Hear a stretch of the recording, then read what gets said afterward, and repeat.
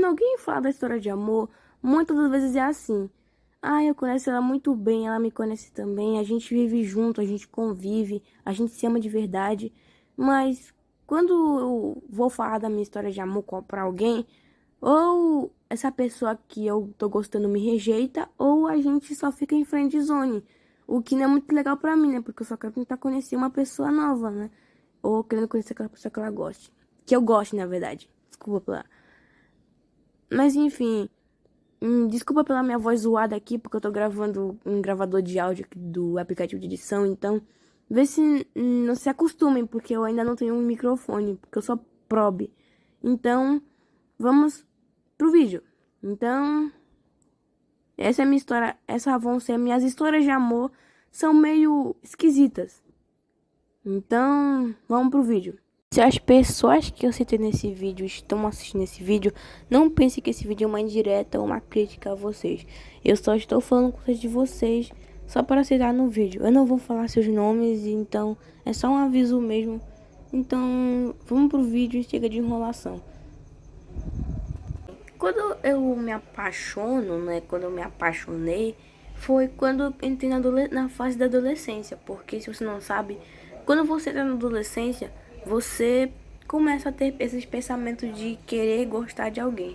Ou seja, é normal sim você gostar de alguém, mas aí tem que ter um limite pra isso, certo?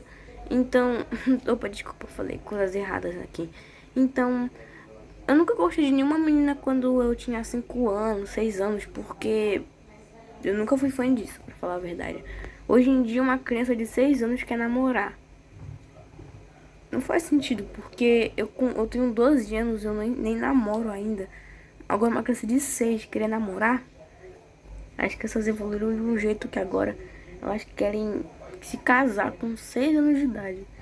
Olha que a minha mãe se casou com 30 anos de idade. Até hoje ela tá com o casamento aí. Então, essa história começou no 6º ano, a minha primeira história de amor. E essa menina em questão, vamos chamá-la de Bela. O que já diz tudo sobre a pessoa. Enfim, eu vou citar algumas características dela. A primeira característica dela é que ela é muito bonita, por sinal. O que eu não precisava ter dito isso.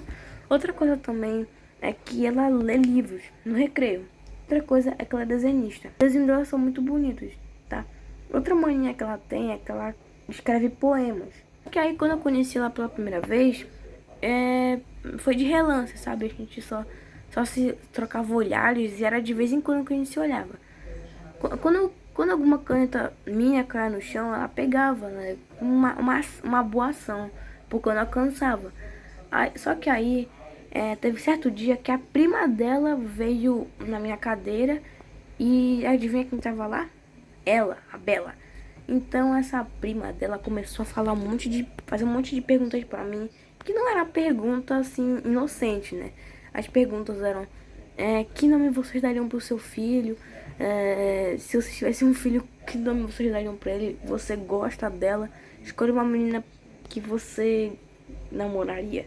E eu não tinha nenhuma pessoa pra escolher, então eu escolhi logo ela, a Bela, certo? Por quê? Porque eu não tinha o que fazer naquele momento. Então realmente eu tava com uma coisa na cabeça. Não sei o que eu tava pensando naquele momento.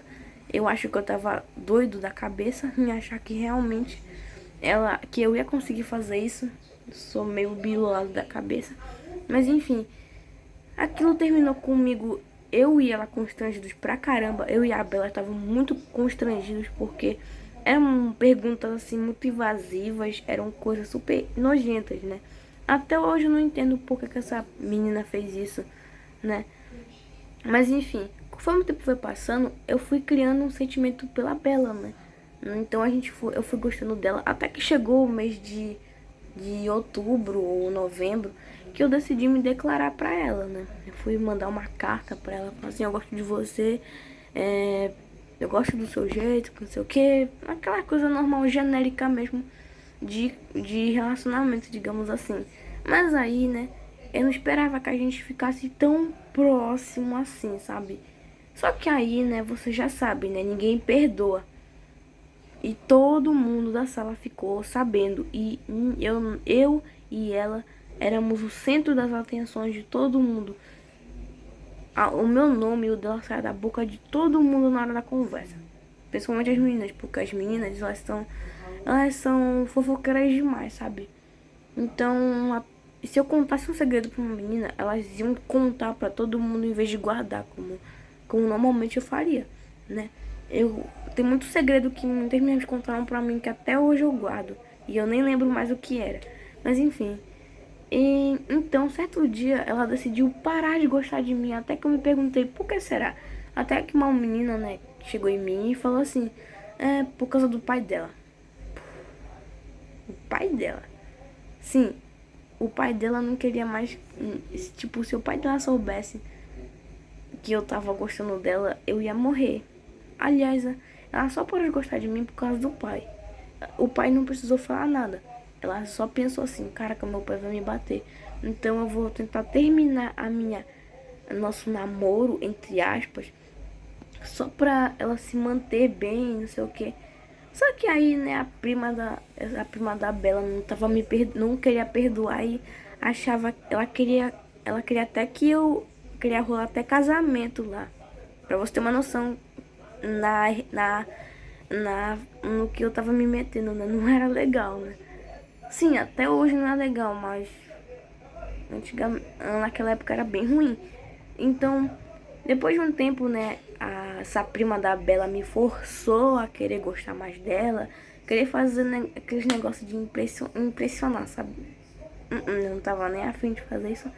Só que se eu não fizesse o que ela mandava, essa menina é meio doida. Se eu não fizesse o que ela mandava, ela queria me matar. E eu não queria fazer nada do que ela pedia. Só que se eu não fizesse, o que eu ia fazer da minha vida? Nada, não podia fazer nada. Se eu tentasse pelo menos fazer alguma coisa, não ia sobrar nada pra mim. Mas enfim, continuando. Chegou tal dia que, na verdade, eu sentei do lado da Bela, né? E a prima dela tava mandando um monte de cartinha pra ela, dizendo que era eu que tava mandando. Só que as palavras eram coisas muito... Parecia que eu tava querendo abusar dela. Literalmente. Eram coisas super, né? Até começou bem a conversa, perguntando sobre rede social, se realmente gosta de alguma coisa. Só que aí foi migrando para um negócio super nojento. E não era nem eu que tava mandando. Ou seja, eu não lia as cartas, eu não via o que eu tava mandando. Eu nem sabia o que era. E adivinha só, a culpa caiu pra mim. Ela começou a chorar na sala de aula, né? Obviamente, né? Claramente me ferrei. Eu não sabia o que fazer naquele momento. Então, eu levei a culpa, fui chamado de culpado na cara dura. Ai, caramba, não precisava me bater com tanta força assim, não. Mas, enfim, continuando. Literalmente, tudo que tava acontecendo, né, naquele momento, sabe? Eu tava me sentindo culpado mal pra caramba. Enfim, então até hoje a gente é só amigo, entre aspas. Até hoje ela não conversa comigo. A gente literalmente tá de boa. Até hoje a gente tá de boa. Não sei como, mas a gente tá de boa até hoje.